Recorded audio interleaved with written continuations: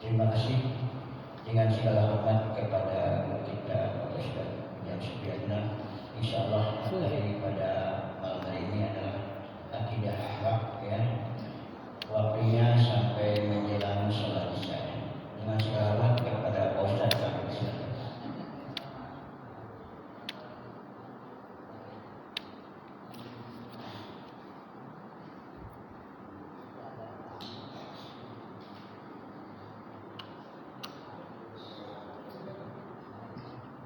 Assalamualaikum warahmatullahi wabarakatuh. Waalaikumsalam warahmatullahi wabarakatuh. Bismillahirrahmanirrahim. Alhamdulillahirabbil alamin. Wal 'aqibatu lil muttaqin wa la 'udwana illa 'alal zalimin. Wa sallallahu wa sallama 'alal hadil amin. Asyhadu an la ilaha illallah wahdahu la syarika lah wa asyhadu anna Muhammadan abduhu wa rasuluhu la nabiyya ba'dah. Allahumma shalli wa sallim ala sayyidina Muhammadin wa ala alihi wa ashabihi ajma'in. Qala rabbi shrah li sadri wa yassir li amri wa hlul 'uqdatam min lisani yafqahu qawli. A'udzu billahi minasy syaithanir rajim. Bismillahirrahmanirrahim. Ya ayyuhalladzina amanu ittaqullaha haqqa tuqatih wa la tamutunna illa wa antum muslimun. Shadaqallahul azim. Amma ba'du. Pertama-tama puji dan syukur tentu kita panjatkan kehadirat Allah Rabbul Ghafur yang telah memberikan berbagai macam anugerah kenikmatan kepada kita semua, dari mulai nikmat panjang umur, nikmat sehat walafiat, nikmat yang tidak kalah pentingnya ibadah Islam, kemudian nikmat bisa kita berjamaah sholat maghrib, bisa berzikir bersama, berdoa bersama, kemudian dilanjutkan kita taati bersama. Semoga ini semuanya menjadi amal ibadah yang diridhoi oleh Allah Subhanahu wa taala. Amin ya rabbal alamin. Salawat dan salam semoga senantiasa tercurah kepada paduka yang mulia junjungan alam, yang merupakan suri tauladan bagi kita semua, dari mulai masalah akidahnya, masalah ibadahnya, akhlaknya, tentang sosialnya, tentang budayanya, tentang politiknya, tentang hukumnya, perangnya, damainya, dan sebagainya, kita meniru dan mengikuti jejak Rasulullah SAW. Semoga sholawat senantiasa dilimpahkan kepada beliau dan keluarga beliau serta para sahabat-sahabatnya. Selanjutnya kita semua semoga senantiasa mendapatkan rahmat, maghfirah dan ridha dari Allah Subhanahu wa taala dan telah mendapatkan syafaatul uzma dengan izin Allah Subhanahu wa taala dan Rasulullah sallallahu alaihi wasallam. Juga saya aturkan terima kasih kepada pengatur acara, kepada Ustaz Jana Sujana SAD yang telah memberikan kesempatan untuk melanjutkan kaji kita walaupun sangat singkat sekali waktunya. Ya, jadi mudah-mudahan ada manfaatnya, kita memiliki manfaatnya. Dan tema malam ini saya akan mengangkat, memang dari akhlak ini ada akhlak kepada Allah, akhlak kepada Rasul kalau kita mulai, dan ada akhlak kepada diri kita sendiri. Ini yang berkaitan dengan akhlak terhadap diri kita sendiri. Apa temanya? Yaitu 7 macam amalan yang tidak bermanfaat. Amalan manusia, amalan kita, tapi tidak bermanfaat buat kita sendiri. Nah, sayang banget gitu ya, kita beramal tapi tidak bermanfaat. Amalnya sih hebat, nah, tetapi tidak bermanfaat. Ini yang bisa kita coba. Dari mana saya angkat? Dari kitab Tanbihul Ghafilin, pengarangnya Abu Lais Asy-Syamarqandi. Itu ulama besar, ahli tafsir, ahli hadis, ya, berbagai macam ahli. Kitab-kitabnya sangat banyak dan di pondok-pondok pesantren salafi atau pondok pesantren modern ini dipakai, bahkan sampai ke mahasiswa mempelajari dari pelajaran tafsir yang disusun oleh imam besar ini, Abu Lais Asy-Syamarqandi. Nah, Abu Lais Asy-Syamarqandi ini mengangkat ungkapan yang 7 itu adalah dari seorang hukama. Nah, kalau hukama itu jamak bentuk. Kalau diangkat satu orang hakim.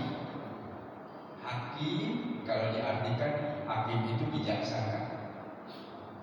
Tetapi nanti ada pengertian lain menurut di dalam kitab Shahihul Iman itu yang disusun oleh imam ulama kita, yaitu Imam Nawawi Al-Bantani. Beliau mengartikan hukama itu adalah ahli yang mengenal atau katakanlah mengenal Allah, zat Allah, mengerti zat Allah, sekaligus perkataan dan perbuatannya tepat, tidak sesuai, tidak keluar, tidak melenceng. Ini adalah hukama yang akan disitir pada malam ini. Ngajinya dari situ, tidak dari seorang hukama, tapi tidak disebut namanya, salah seorang hukama yang mengatakan ada 7 amalan manusia yang sia-sia, tidak bermanfaat. Apakah gerakan? Wa qala hakimun minal hukama man amila sab'ata. Barang siapa yang mengamalkan 7 perkara duna sab'atin, tapi tidak mengamalkan yang 7. Jadi yang 7 dikerjakan, yang 7 lagi tidak dikerjakan. Nah, kalau ini yang 7 dikerjakan, kemudian yang 7-nya tidak dikerjakan, lam yang nafi bima yang mau, tidak ada manfaatnya apa yang dia kerjakan. Seperti begini, kita mengerjakan yang 5 tapi meninggalkan yang 5. Ada kan hadis? Jaga 5 sebelum 5. Qabla khamsin. Sampai dilakukan.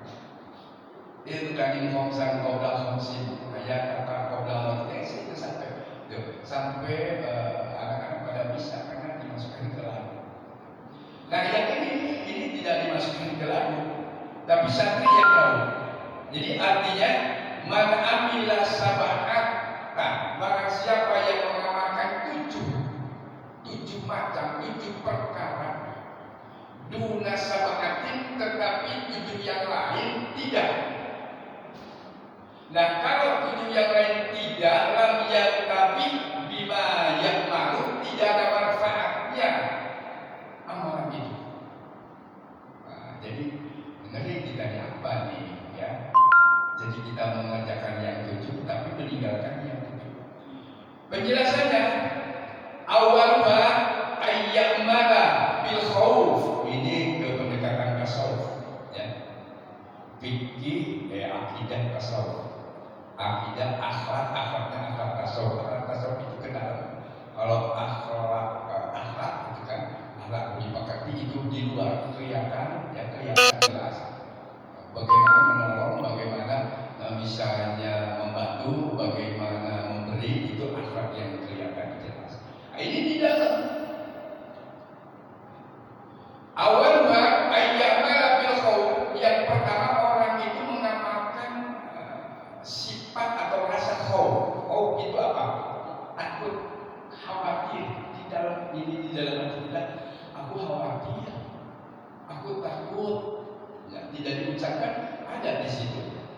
Duna hadri, tapi tidak hati-hati. Ngomongnya takut, tapi tidak hati-hati, tidak masuk. Aduh, saya takut, misalnya bodoh, tapi tidak hati-hati. Bagaimana supaya tidak bodoh? Aduh, saya tidak makan, tapi dia tidak hati-hati, tidak mencari buat apa. Masa bodoh, saya nggak bisa apa-apa. Masa bodoh saya nggak makan, masa bodoh saya nggak begini-begitu. Nah itu padahal dia ada padinan. Takut nggak kamu jadi orang miskin? Takut nggak kelaparan? Takut. Ini khauf. Ini khauf ya, dalam arti bahasa. Jadi yaqulu inni akhafu adzab Allah. Nah, ini kaitannya khauf kepada Allah. Sesungguhnya aku sangat takut kepada Allah. Saya takut disiksa oleh Allah. Saya takut tidak diridhoi oleh Allah. Tidak takut. Tetapi bagaimana? Wala yahdaru minadz-dzunub, tapi tidak hati-hati dari perbuatan dosa. Tapi takut sama Allah, tapi dosa jalan terus. Tapi takut disiksa, tapi negosi jalan terus, ngalumi jalan terus, judi jalan terus, ya. Fitnah jalan terus, ghibah jalan terus, musyrik jalan terus, munafik jalan terus. Katanya khauf, takut kepada Allah. Ini kewaspadaan. Ini akhlak kita. Bagaimana akhlak kita? Takut kepada Allah, ngomongnya doang, tapi tidak ada kewaspadaan, tidak ada kehati-hatian. Ternyata perilakunya beda dengan sikap mental mengatakan takut, tetapi ternyata saya takut mabuk, tapi malah minum racun. Ya, saya misalnya katakanlah takut bilang apa main jalan-jalan misalnya. Saya takut meriang, tapi ini artinya melawan apa yang kita rasakan dan takut. Wala tajal minadz-dzunubi. Wala tajal minadz-dzunubi fala yanfa'u dzalika al-qawlu syai'an. Ya, oleh karena itu fala yanfa'u, maka tidak ada manfaatnya dari qaul omongan itu syai'an. Sedikit pun tidak ada manfaatnya. Cuma ngomong doang, merasa takut, khauf kepada Allah, tetapi perilakunya bertentangan dengan takut kepada Allah. Saya takut basah, malah mandi, misalnya gitu ya. Saya takut kotor, malah main kotor-kotoran. Saya takut celaka, malah loncat-loncatan. Itulah yang dibahas di dalam contoh ini, khauf yang tidak berhati-hati. Kemudian yang kedua, wasani ayyamala birroja, khauf itu roja. Ini tidak kajian tasawuf. Roja itu apa? Berharap kepada Allah. Ya, kita senantiasa berharap, ingin mendapatkan ridho Allah, ingin mendapatkan sesuatu sukses dalam perjuangan kita. ingin misalnya sukses dalam mendidik anak, mendidik keluarga, dunaqola, akan tetapi tidak mencari, tidak menuntut, tidak ada upaya untuk mendapatkan apa yang kita harapkan. Nah, kalau sudah begitu, yani yaqulu inni arju sawaballah, sesungguhnya aku mengharapkan pahala dari Allah. Secara kasar kan itu. Aku ini berharap kepada Allah Taala wala. Nah, di sini yang lubuhu, akan tetapi tidak mencarinya, tidak menuntutnya. Apa yang kita harapkan bil amal sholih, dengan amal sholih, tidak beramal sholih. Padahal kita mengharapkan ridho Allah, maghfirah Allah, rahmat Allah, pengennya masuk surga, doanya Allahumma inni nas'aluka ridhoka wal jannah wa na'udzubika min sakhatika wan nar, doanya simpel. Tapi tidak ada upaya untuk mendapatkan apa yang kita harapkan. Kita menanam, katakanlah menanam singkong, tetapi kita tidak berusaha bagaimana singkong ini supaya bagus, dicanggul, dipupuk, kalau tidak hujan misalnya kemarau kita airi, tidak ada upaya untuk itu.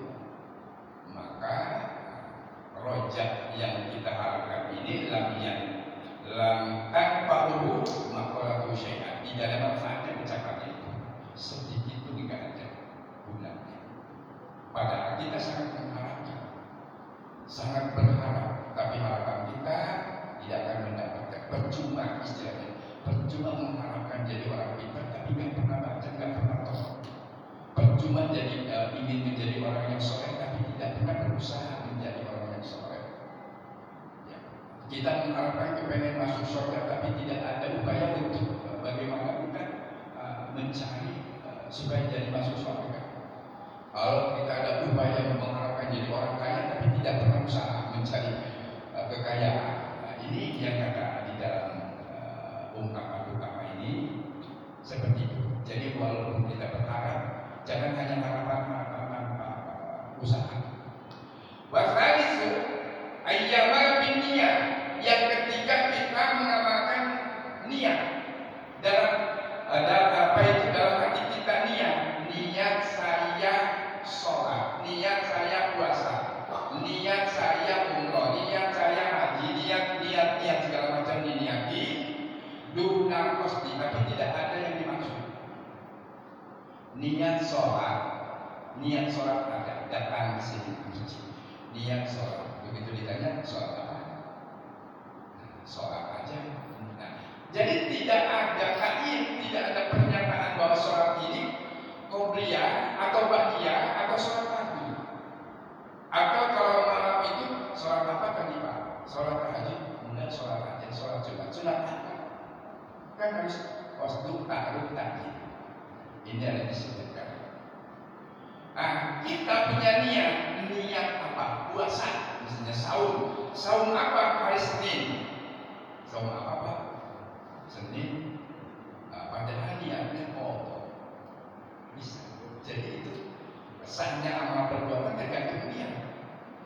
Bisa ditolak saum kita, sholat kita, semua perbuatan kita, ya, kalau ada niat, kalau tidak ada kostum. Jadi ada yang dituju, arahnya kemana? Sholat zuhur ya sebutkan dalam hati kita bahwa niat itu sholat usolli fardhu zuhri. Niatnya sholat fardu tapi fardu zuhur tidak diucapkan pun di dalam hati, karena niat itu adalah pekerjaan hati. Kalau diucapkan tidak apa-apa, tidak diucapkan sah. Tapi kalau diucapkan lalu diniat tidak ada, itu tidak sah. Karena niat itu hati pekerjaan fardu syai'in muqtarran bi fi'lihi, menyengaja sesuatu baru dengan pekerjaannya, kata Imam Syafi'i itu. Tapi kalau hanya ada niat, tidak ada kostum, tidak diarahkan kemana ini arahnya itu, maka tidak sah menurut para ahli fikih. Ya, di sini bahwa yarwi biqalbihi, berniat di dalam hati ayyamal biqaati wal khairat, mengamalkan amalan-amalan taat yang baik-baik. Sebutkan ini apa, saum apa, misalnya saum Senin, saum baik, ya, saum qadha, saum 10 10 Muharram, 9 Muharram, kemudian saum Arafah, nawaitu saum Asyura, saum Arafah. Niat aku puasa Arafah. Jadi harus disebutkan puasa ini puasa apa? Jangan puasa sunat aja. Kecuali puasa sunat mutlak, ya niatnya puasa sunat tidak disebut karena sunatnya sunat mutlak. Puasa hanya kayak sholat sunat apa mutlak, tidak sholat bukan qobliyah, bukan ba'diyah, bukan tahajud, bukan duha, bukan bukan istikharah, bukan istisqa dan sebagainya, bisa niat sholat 2 rakaat saja. Itu sholat sunat mutlak yang tidak disebutkan namanya. Jadi ada amal yang tidak disebutkan yang baik-baik itu kalau ada maksud tujuan yang dituju maka itu harus disebutkan. Di sini walayak sifu binafsihi lam tanfa'u niyatuhu syai'an. Kalau tidak disebut tadi di dalam niat itu maksud yang dituju adalah tidak ada manfaatnya. Sayang sekali kita sudah sholat, sudah banyak lagi sholatnya kayak sholat tarawih sampai 8 rakaat. Begitu ditanya sama istri kita sholat apa tadi Pak? Sholat aja sih. Ya, bukan sholat tahajud, bukan sholat aja, gitu kan?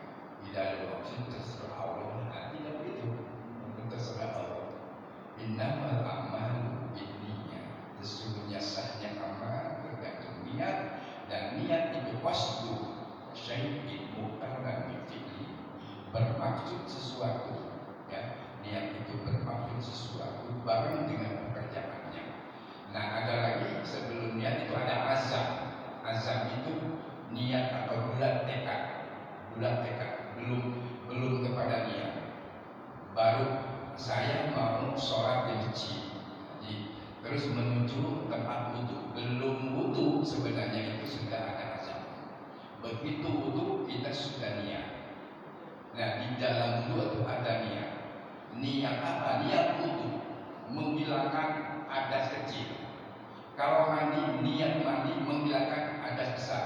Tapi kalau 2 mandi doang, nggak ada niat, itu nyuci doang namanya. Baru keringetan kita nyuci, nggak ada niat. Mandi apa Pak? Mandi aja. Tidak ada niat, tidak ada, bukan ibadah, itu tidak ada makna. Jadi disebutnya sia-sia.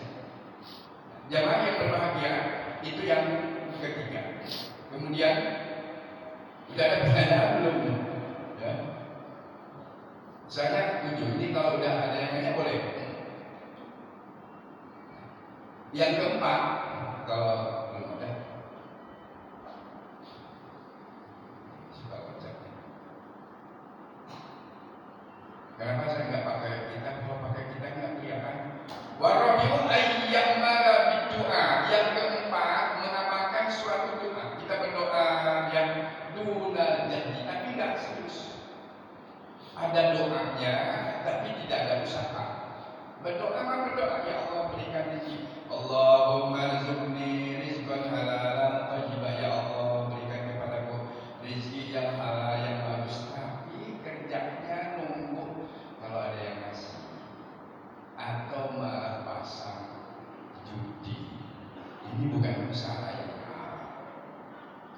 Di sini adalah duna jadi atau judi, tidak ada keseriusan, yakni yadullah, minta kepada Allah Ta'ala ayyuhafiqahu lil khair, minta disetujui suatu kebaikan, wala yadkani, tetapi tidak serius. Mintanya sih minta kebaikan, ya Allah sembuhkan penyakit saya, tapi tidak mau berobat.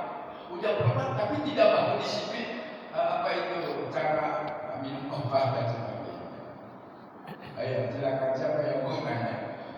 Jadi dari 4 macam ini sudah sudah bisa ditangkap belum? Yang pertama tadi apa? Ketika Takut. Kita takut kepada Allah, kepada Allah, tapi kita menentang apa yang Allah perintah, malah kita tinggalkan apa yang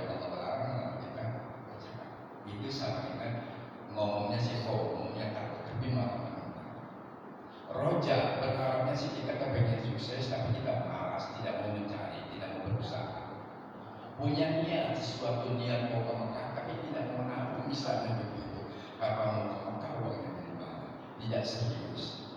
Nah, kemudian kita sekarang berdoa apa sih yang kita doakan kepada Allah, tapi kita tidak ada keseriusan di dalam mengejar doa-doa yang kita usahakan. Kalau dalam anak-anak maunya learning by doing, saat sambil bekerja. Ya. Nah, kita berdoa kepada Allah, tapi harus ada upaya. Kalau kita minta rezeki yang banyak, minta rezeki yang halal, bagaimana usahanya mendapatkan rezeki yang banyak dan yang halal? Itu. Kemudian, kalau belum ada pertanyaan, kalau ada silakan. Ya, ya silakan. Masalahnya kita ini kan ikut pengajian ini. Kadang-kadang kita nggak ada niat tuh, atau mungkin yang mengumumkan ya dan nanti saya ikut, paling niatnya seperti itu. Jadi bagaimana ini? Niat ngaji. Ya misalnya kan ada pengajian ini, tadi diumumkan nanti jam sekian ada pengajian, dalam lagi kita nanti ikut lah. Itu sudah niat atau belum ya? Kalau belum terus gimana? Terima kasih. Bagus. Niat menurut para ahli fikih itu ada dua bentuknya. Ada niat bentuknya rukun, ada niat bentuknya syarat atau penentu. Rukun misalnya tidak boleh tidak, itu nanti akan berbarengan dengan syarat yang lain. Contoh, niat dalam wudu. Rukun wudu satu niat, gitu ya. Jadi harus pasti rukun sholat satu niat. Nah, yang seperti itu rukun maksudnya. Kalau nggak ada niat nggak sah, nggak ada. Sehingga niatnya itu apa? Allahu Akbar bareng dengan sholatnya. Saum niat malam. Ya, kalau Ramadan saum Ramadan. Tapi kalau saumnya saum sunat sebelum zuhur boleh asal belum makan minum makan. Niatnya itu mendadak. Nah, di luar itu misalnya sekarang datang ke masjid, ada pengajian. Sekalian lagi ikut ngaji. Niatnya bukan rukun, penentu. Duduk di sini itu mau apa? Ya, duduk di sini mau dalam hati saya mau ikut ngaji, itu sudah sah. Nah, tapi kalau duduk di sini bukan mau ngaji, nunggu waktu doang, sambil iktikaf, enggak ada nilai ngaji, tapi nilai iktikaf ada. Nah, sekarang iktikaf sekaligus ikut ngaji, ini adalah termasuk sedang niatnya ya ngaji. Pahalanya lebih gede. Dapat pahala ngaji, dapat pahala apa? Iktikaf, dapat pahala silaturahmi luar biasa. Kalau malaikat yang suka keliling-keliling, kan malaikat suka keliling-keliling ada tuh. Oh, ini ada pengajian. Malaikat pada turun terus ikut mengikuti pengajian. Banyak, kalau kita masih sedikit ya banyak. 70.000. Ya. Jadi dia ini luar biasa.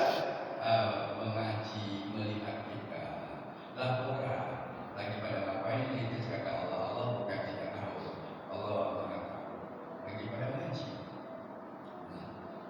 Ngaji apa? Tergantung apa yang dilakukan. Ngaji akidah akhlak. Untuk apa? Untuk mengenal Allah. Dua kata mengenal Allah ingin mendapat ridhonya. Bagaimana dia kalau pernah ketemu Allah? Dia pengen apa? Pengen masuk surga. Emang dia pernah masuk melihat surga? Bagaimana kalau dia sudah melihat surga? Dan dia takut neraka ya Allah. Takut neraka. Emang dia pernah melihat neraka? Bagaimana dia kalau sudah melihat neraka? Dan seterusnya sampai kata Allah, pokoknya aku alhamdulillah aku bebaskan semua dosa-dosa orang yang ngaji. Tapi tidak semua ya Allah, itu ada orang yang bukan ngaji itu ke situ ikut menimbrung doa karena niatnya tidak ada niatnya dia biar makan sampai orang yang nggak sengaja. Itulah berkahnya ngaji. Datang tanpa ngaji. Mungkin dulu ada orang mencapai di zaman zaman Nabi Musa. Pegang yang terus dikejar